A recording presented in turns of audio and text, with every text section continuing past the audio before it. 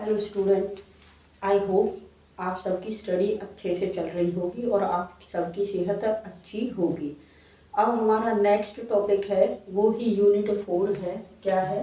Unit 4 और class 10th की कौन सी है? Carbon and its compound. इसका जो नेक्स्ट टॉपिक है वो है एलोट्रॉप्स ऑफ कार्बन। जैसा कि पता है कि प्रीवियस वीडियो में मैं आप सब लोगों को बता भी चुकी हूँ कि कार्बन एक नॉन मेटल होता है। कार्बन क्या होता है? एक नॉन मेटल होता है।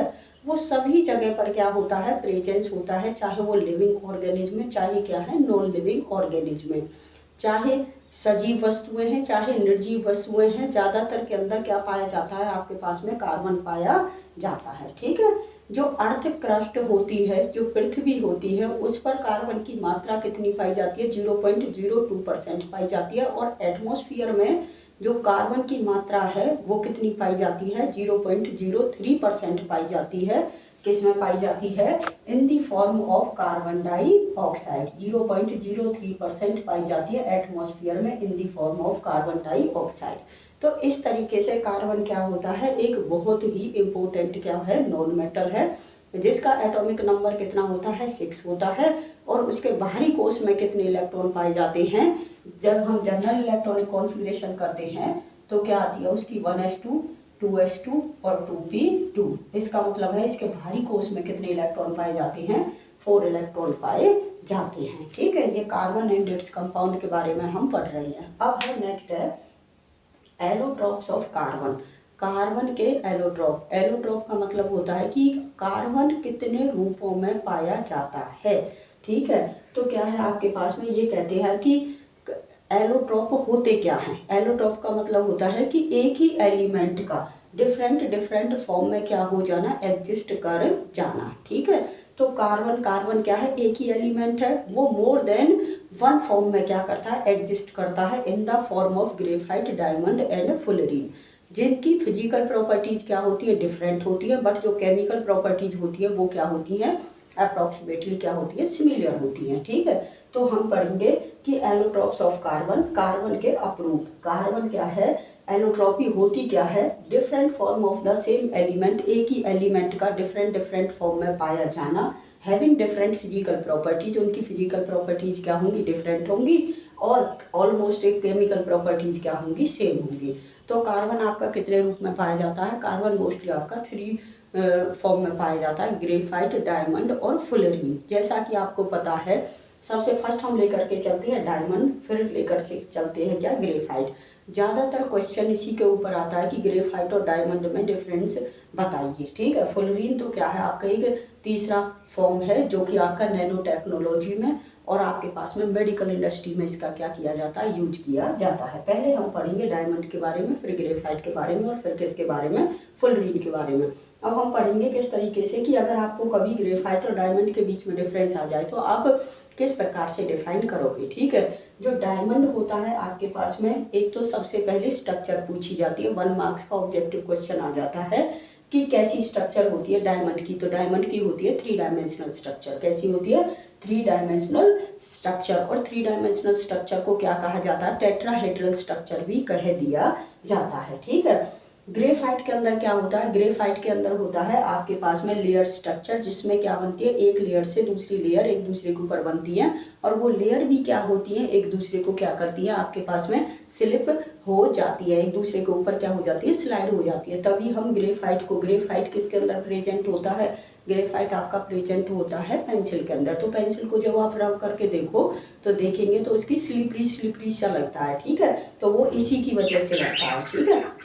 नेक्स्ट है कि जो डायमंड होता है वो हार्डेस्ट सबस्टांस होता है, पर जो ग्रेफाइट होता है उसका नेचर कैसा होता है? सॉफ्ट होता है। तीसरा है कि diamond bad conductor of electricity होता है, जबकि ग्रेफाइट क्या होता है? एक नॉन मेटल होने के बाद भी क्या होता है? एक गुड कंडक्टर ऑफ इलेक्ट्रिसिटी होता है। इसका मेन रीजन क्या है? क्वेश्चन आते हैं यहाँ से, भर के क्वेश्चन आते हैं यहाँ से कि डायमंड आपका बैड कंडक्टर और ग्रेफाइट आपका गुड कंडक्टर क्यों होता है। उसका मेन रीजन होता है कि भाई कार्बन है, कार्बन की वैलेंसी क्या होती है? 4 होती है। कार्बन की वैलेंसी कितनी होती है? 4 होती है।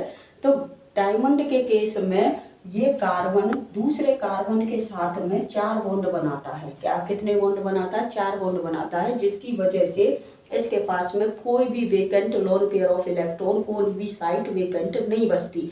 सारे के सारे क्या होते हैं? आपके बंधे हुए होते हैं, जिसकी वजह से ये क्या होता है? हार्डेस्ट भी होता है और बेड कंडक्टर ऑफ इलेक्ट्रिसिटी भी होता है। क्योंकि गुड कंडक्टर ऑफ इलेक्ट्रिसिटी होने के लिए क्या होनी चाहिए? डीलोकेलाइजेशन ऑफ इलेक्ट्रॉन होना चाहिए। क्या होना चाहिए? डीलोकेलाइजेशन ऑफ इलेक्ट्रॉन होना चाहिए, जो यहाँ पर पॉसिबल नहीं होती। जबकि इसके अंदर क्या होता है? इसके अंदर ग्रेफाइट के अंदर क्या होता है कि ये कार्बन जो होता है, कार्बन 3 साइड से तो 3 बॉन्ड बनाता है, बट इसकी 4th साइड क्या होती है? वेकेंट होती है। क्या होती है? वेकेंट होती है। ये सिर्फ दूसरे कार्बन के साथ में बस तीन के साथ में ही बॉन्ड बनाता है। चौथी पोजीशन क्या होती है? इसकी खाली होती है। तो इसके अंदर इस वाली पोजीशन पर जो इलेक्ट्रॉन होते हैं, जो इलेक्ट्रॉन होते हैं, वो सारी स्ट्रक्चर के अंदर क्या करते हैं? डीलोकेलाइज्ड करते हैं, घूमते फिरते हैं, जिसकी वजह से क्या होते हैं? वो गुड कंडक्टर ऑफ इलेक्ट्रिसिटी होते हैं। क्योंकि इलेक्ट्रिसिटी का गुड कंडक्टर होने के लिए क्या होनी चाहिए? डीलोकेलाइजेशन ऑफ इलेक्ट्रॉन होना चाहिए। ठीक है, तो ये बैड कंडक्टर क्यों होते हैं? क्योंकि it makes 4 bond with the 4 other carbon atoms and it makes with the other 3 carbon atoms and 4 positions electrons are delocalized in the structure। पूरी स्ट्रक्चर के अंदर क्या रहते हैं? इसके इलेक्ट्रॉन घूमते रहते हैं।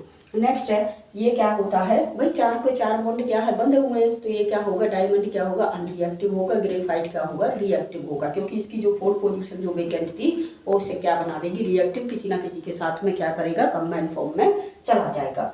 नेक्स्ट आपके पास में जो इसका घनत्व होता है, जो डेंसिटी होती है, वो किसकी ज़्यादा होती है? डायमंड की ज़्यादा होती है। ग्रेफाइट की डायमंड की तुलना में क्या होती है? कम होती है। अच्छा भाई, ये तो हो गया ग्रेफाइट और डायमंड के बीच में क्या हो गया? डिफरेंस हो गया। ठीक है, एक और बात आती है आपके पास में कि कहाँ कहाँ पर यूज डायमंड का होता है। तो डायमंड का यूज होता है आपके पास में, जैसे गिलास को कट करने के काम आ गया, आपके पास में ज्वेलरी बनाने के काम आ गया। और यहाँ पर किसका काम होता है आपके पास में? ग्रेफाइट से क्या बनाई जाती है आपके पास में? क्या बनाई जाती है? पेंसिल बनाई जाती है। और भी बहुत सारी जगह पर किसका यूज किया जाता है? ग्रेफाइट का यूज किया जाता है। एक बार से हम फिर पढ़ेंगे क्या होगा आपके पास में डायमंड और ग्रेफाइट में। सबसे पहले तो एलोट्रोप ऑफ कार्बन किसे कहते हैं? एलोट्रोप ऑफ कार्बन क्या होता है कि 1 element can exist more than 1 form. जो एक एलिमेंट होता है उसका एक से ज़्यादा फॉर्म में पाया जाना क्या कहलाता है आपके पास में? एलोट्रोप कहलाता है।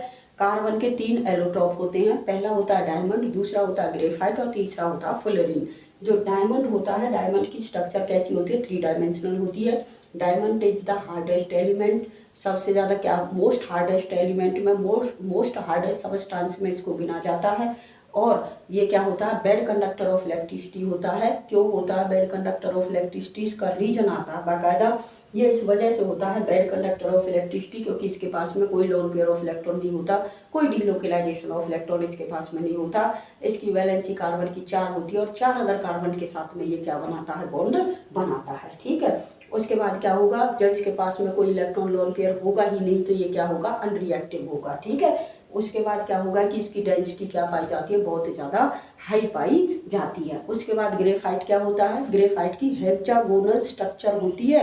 और हेक्सागोनल स्ट्रक्चर को क्या कहते हैं हम? लेयर स्ट्रक्चर भी कहते हैं। ये लेयर्स बनाते हैं, एक लेयर दूसरी लेयर के ऊपर क्या होती है? स्लाइड होती है। ठीक है, अच्छा, ये एक दूसरी से लेयर के ऊपर स्लिप होते रहते हैं। यही रीजन है इसकी जो फोर्थ पोजीशन इसकी वेकेंट होती है। कैसे होते हैं? सॉफ्ट होते हैं और good conductor of heat and electricity होते हैं। नेचर कैसा होता है इनका? कैसा नेचर होता है? ग्रेफाइट का 4th पोजीशन पर लोन पेयर ऑफ इलेक्ट्रॉन होने की वजह से रिएक्टिव नेचर होता है। और ये डायमंड के कंपेरिजन में क्या होते हैं? लेस डेंस होते हैं। ठीक है, अच्छा भाई, अगर आपसे पूछा जाए हार्डेस्ट एलिमेंट तो कौन है? डायमंड। और अगर आपसे पूछा जाए कि थर्मोडायनेमिकली स्टेबल कौन है, थर्मली स्टेबल कौन है, तो ग्रेफाइट होता है। कौन होता है? ग्रेफाइट।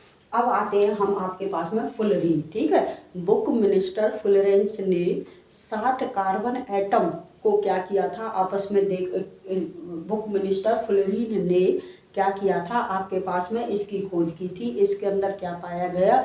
60 कार्बन एटम की एक क्या है? हेक्सागोनल और पेंटागोनल क्या है? रिंग आपस में कनेक्ट होती हैं, जैसे ऐसे बनाती हैं जैसे कि फुटबॉल जैसे फुटबॉल होती है इस तरीके से। तो शेप कैसी हो गई इसकी, स्फेरिकल हो गई। कितने कार्बन एटम इसमें कनेक्ट हुए, 60 कार्बन। कैसी कैसी रिंग थी, पेंटागोनल 5 मेंबर्ड रिंग प्लस में 6 मेंबर्ड रिंग ने मिलकर के इसे बनाया था। कितने कार्बन के मॉलिक्यूल थे, 60 थे। ठीक है, कहाँ पर यूज आता है ये, मेडिकल इंडस्ट्री में और नैनो टेक्नोलॉजी में क्या होता है, इसका यूज किया जाता है। ठीक है, ये आपने पढ़े, क्या पढ़े, allotropes of carbon. Allotrope of carbon कौन कौन से थे आपके पास में, ग्रेफाइट, डायमंड एंड फुलरीन। ठीक है, नेक्स्ट है हम देखेंगे कि इससे रिलेटेड, इस टॉपिक से रिलेटेड अब तक कितने क्वेश्चन आए हैं। ठीक है, अब हम उनके बारे में देखेंगे कि कितने क्वेश्चन आए हैं, किसके बारे में, इससे एलोट्रॉप ऑफ कार्बन से या डायमंड से या आपके पास में किससे, ग्रेफाइट से या फुलरीन से रिलेटेड। ठीक है, सबसे ज़्यादा आपको क्या चीज़ ध्यान रखनी है, सबसे ज़्यादा ध्यान रखना है मेरी वीडियो में आपको जो मैटर है वो ऑथेंटिक मिलेगा।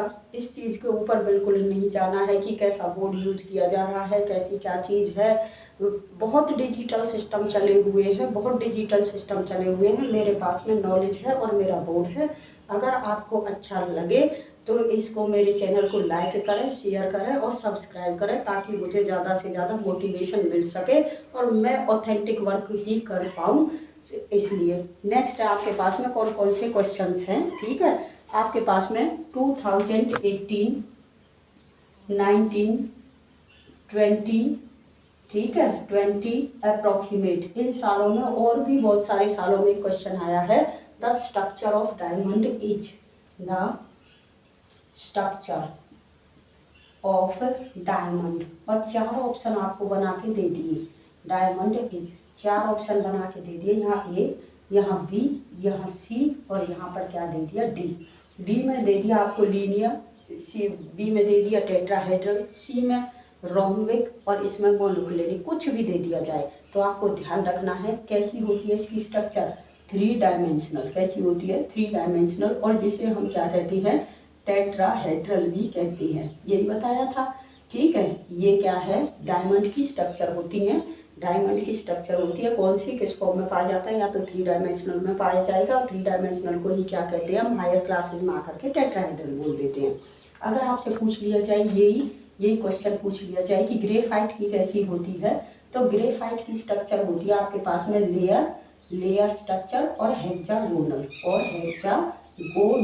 ठीक है, तो ये 2 है। अगर डायमंड की पूछी जाए तो 3 डायमेंशनल और टेट्राहेड्रल, और ग्रेफाइट की पूछी जाए तो लेयर और हेक्सागोनल। ठीक है, उसके बाद नेक्स्ट क्वेश्चन आपका आया हुआ लगभग 2017-19, 2017-19 इसमें आया हुआ है, इसी टॉपिक से रिलेटेड। वो क्वेश्चन क्या है, वो क्वेश्चन है ग्रेफाइट और डायमंड, ग्रेफाइट और डायमंड दोनों ही एलोट्रॉप हैं किसके, कार्बन के।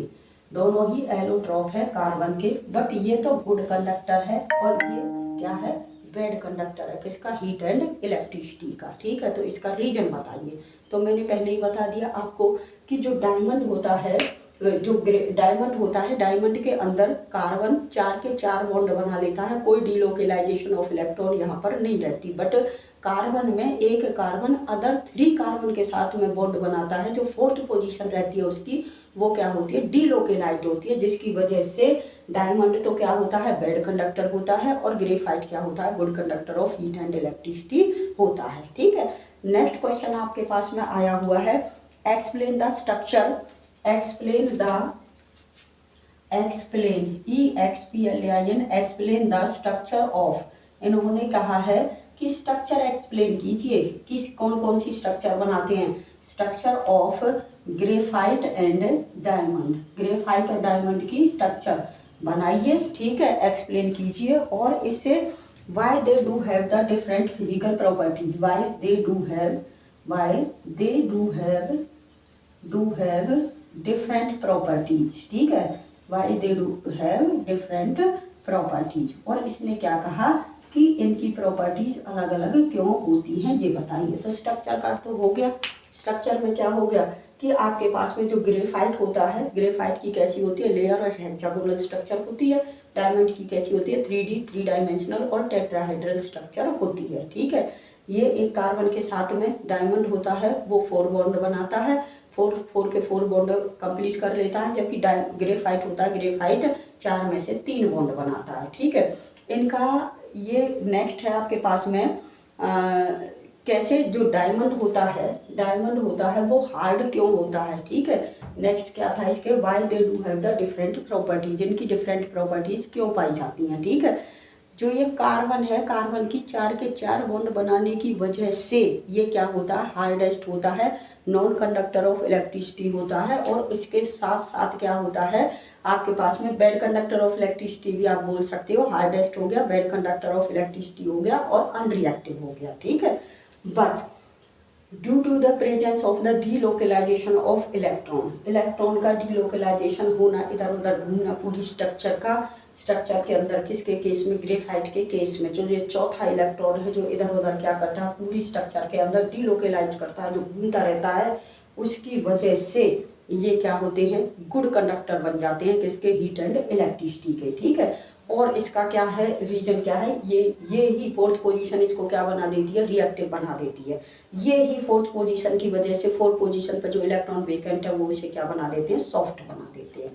ठीक है, तो ये मेन रीजन है कि जो डायमंड होता है वो कैसा बॉन्ड बनाता है, स्ट्रॉन्ग कोवेलेंट बॉन्ड बनाता है। कैसा बॉन्ड बनाता है, स्ट्रॉन्ग कोवेलेंट बॉन्ड बनाता है, जबकि क्या बनाता है आपके पास में जो ग्रेफाइट होता है उसका बॉन्ड कैसा हो जाता है, वीक हो जाता है। कैसा हो जाता है, वीक हो जाता है। तो ये था कंसेप्ट आपका, किसका था, एलोट्रॉप्स ऑफ कार्बन। कार्बन कितने रूप में पाया जाता है, एलोट्रॉप्स जैसे मैंने आपको अभी बताया, एलोट्रॉप्स क्या होते हैं, एक ही एलिमेंट का एक से ज़्यादा फॉर्म में पाया जाना। ठीक है, तो कार्बन कितने रूप में पाया जाता है, कार्बन 3 रूप में पाया जाता है, ग्रेफाइट, डायमंड और फुलेरिन। जो डायमंड होता है उसकी प्रॉपर्टीज हमने डिस्कस की, ग्रेफाइट की और फुलेरिन की। ठीक है, ग्रेफाइट और डायमंड में डिफरेंस आ जाता है, तो वो चीज़ भी मैंने बता दी, स्ट्रक्चर किसकी कैसी है वो चीज़ भी यहाँ पर क्या हो गई, डिस्कस हो गई। अब आपको क्या करना है, पहले टॉपिक को पढ़ना है, टॉपिक के बाद जो मैंने प्रीवियस ईयर क्वेश्चन, जो आपको 3-4 क्वेश्चन इस टॉपिक से रिलेटेड बताए, उन्हें अच्छे से लर्न करना है। और उसके बाद कोई भी बुक है अपनी, चाहे MTG की हो, चाहे अरिहंत की हो, चाहे आपके पास में NCERT की हो, कोई भी बुक हो, उसमें से क्वेश्चंस क्या लगाने हैं आपको, प्रैक्टिस क्वेश्चन लगाने हैं, और आपको अपने आप को जज करना, अपने आप को चेक करना है कि क्या मैंने जो पढ़ा वो सही पढ़ा और याद किया, वो ऑथेंटिक याद किया, और क्या उससे मेरे सारे क्वेश्चन अटेम्प्ट हो जाते हैं। इस तरीके से आप अपनी स्टडी को अगर 20-20 मिनट भी देंगे, अगर आधा घंटा भी इस केमिस्ट्री सब्जेक्ट को देंगे, तो आपके पूरे में से क्या आएंगे, पूरे मार्क्स आएंगे। अगर आपको मेरी वीडियो अच्छी लगी हो तो लाइक करें, शेयर करें और सब्सक्राइब करें। Thank you very much.